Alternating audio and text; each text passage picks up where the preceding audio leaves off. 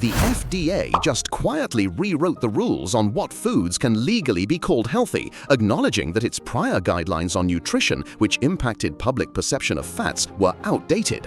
On July 3, 2024, the government also revoked the rule authorizing brominated vegetable oil, or BVO, and as of January 2024, removed toxic PFAS greaseproofers from food packaging.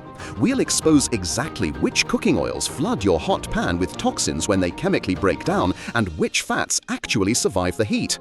The FDA is finally updating outdated labels that originally pushed us towards fragile cooking oils. For years, the government's official food guidelines were fundamentally flawed. They actually banned nutrient-packed fish like salmon from being labeled healthy because of their fat levels, while giving some foods high in added sugars a free pass. The mid-20th century diet heart hypothesis, famously championed by Ancel Keys, drove this massive error. This scientific theory blamed solid fats for heart disease. Official guidelines pushed cooks to abandon traditional solid fats in favor of heavily processed liquid vegetable oils. This single historical shift explains why almost every modern kitchen is unknowingly stocked with the wrong kind of cooking fat. On December 19, 2024, the FDA officially reversed course. Their published statement marks a total pivot. The updated criteria for the claim replace outdated criteria for healthy with criteria that are consistent with current nutrition science and federal dietary guidance. The government acknowledges that its old food labels used outdated science. Legal experts at Keller and Heckman LLP noted the damage this caused. This approach led to some nutrient-dense foods, like salmon, being excluded because they contained higher levels of certain nutrients, e.g. fat, even though they are beneficial to health. The old rules were flawed. They punished perfectly natural, healthy foods simply for having high fat content. The nutritional science has finally caught up with reality. You can confidently embrace rich, flavorful foods like avocados, nuts, seeds, olive oil, and salmon that were unfairly demonized.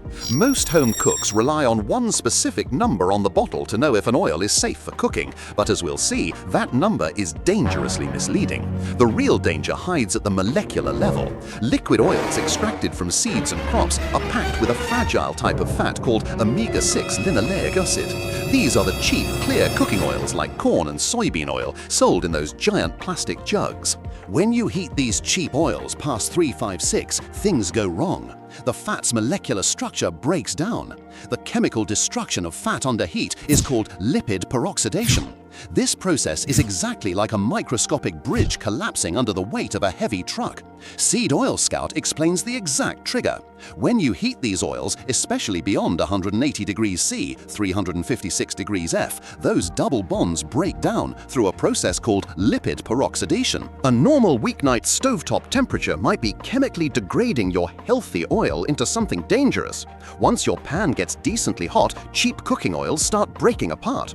We can see microscopic chemical bonds snapping apart under high heat. These carbon-carbon double bonds are the chemical links holding fat molecules together. They act like weak links in a chain that snap when pulled by high temperatures. This collapse produces harmful chemical byproducts called toxic aldehydes. These include dangerous compounds like 4-hydroxynonenal, HNE, and melandialdehyde. These harmful chemical compounds do not just stay trapped in your food, they actually vaporize into the smoke and fumes rising off your pan. Toxic fumes rise invisibly from a hot wok. You may be breathing in the chemical breakdown of your cooking oil every time you sear meat in a poorly ventilated kitchen.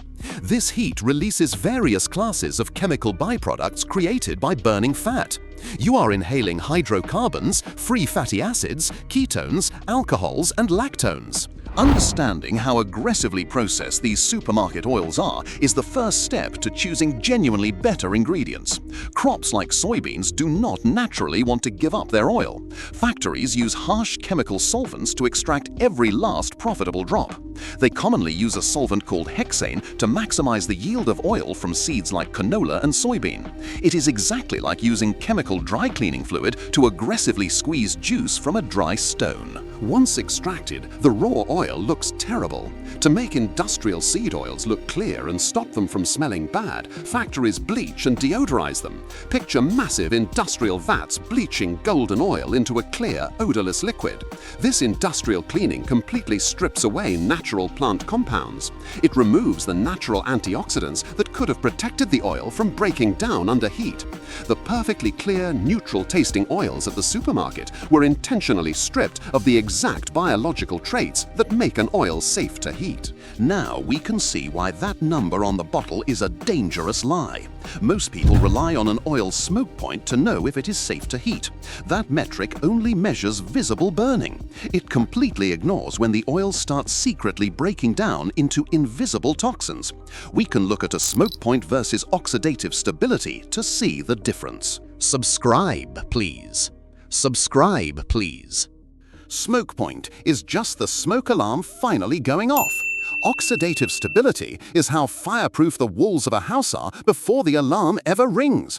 You have likely been using a completely flawed metric to decide which oil goes in your frying pan. A pan of cheap vegetable oil shimmering and smoking just above 350 is already releasing invisible toxins. The solid fats your grandparents used are actually the safest, most scientifically sound choice for high-heat cooking. This includes natural saturated fats like rendered beef fat known as tallow and clarified butter known as ghee. These are fats that remain solid at room temperature.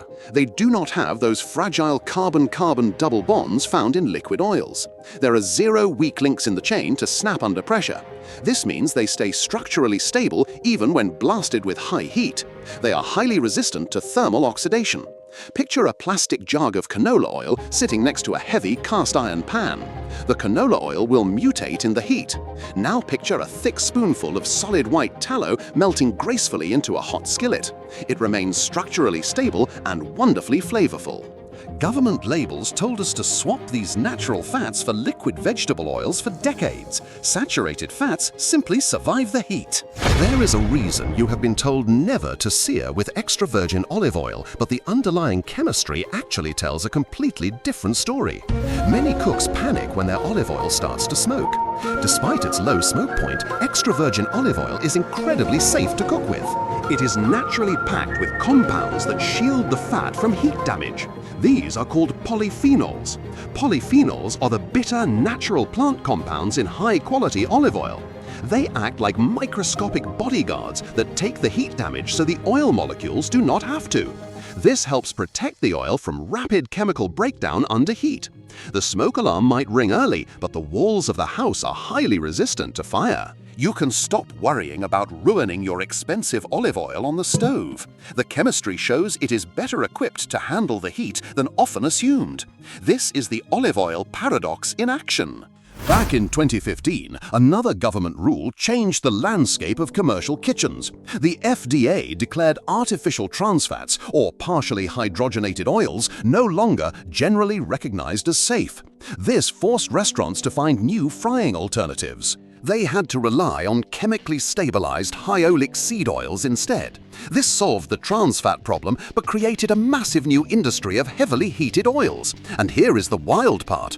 These chemically degraded, heavily heated oils are not just going down the drain. The foreign used cooking oil trade has actually doubled over the 5 years leading up to February 2025. It has grown into a massive global industry. China, Malaysia, Indonesia, and Canada now account for 60% of the global share. Government guidelines finally caught up to the chemistry. Better cooking requires oils built to survive the skillet. To understand how high heat radically transforms food for the better, watch our breakdown of the Maillard reaction next. If you like this, 11 cooking oils ranked by healthiness, that's the next one.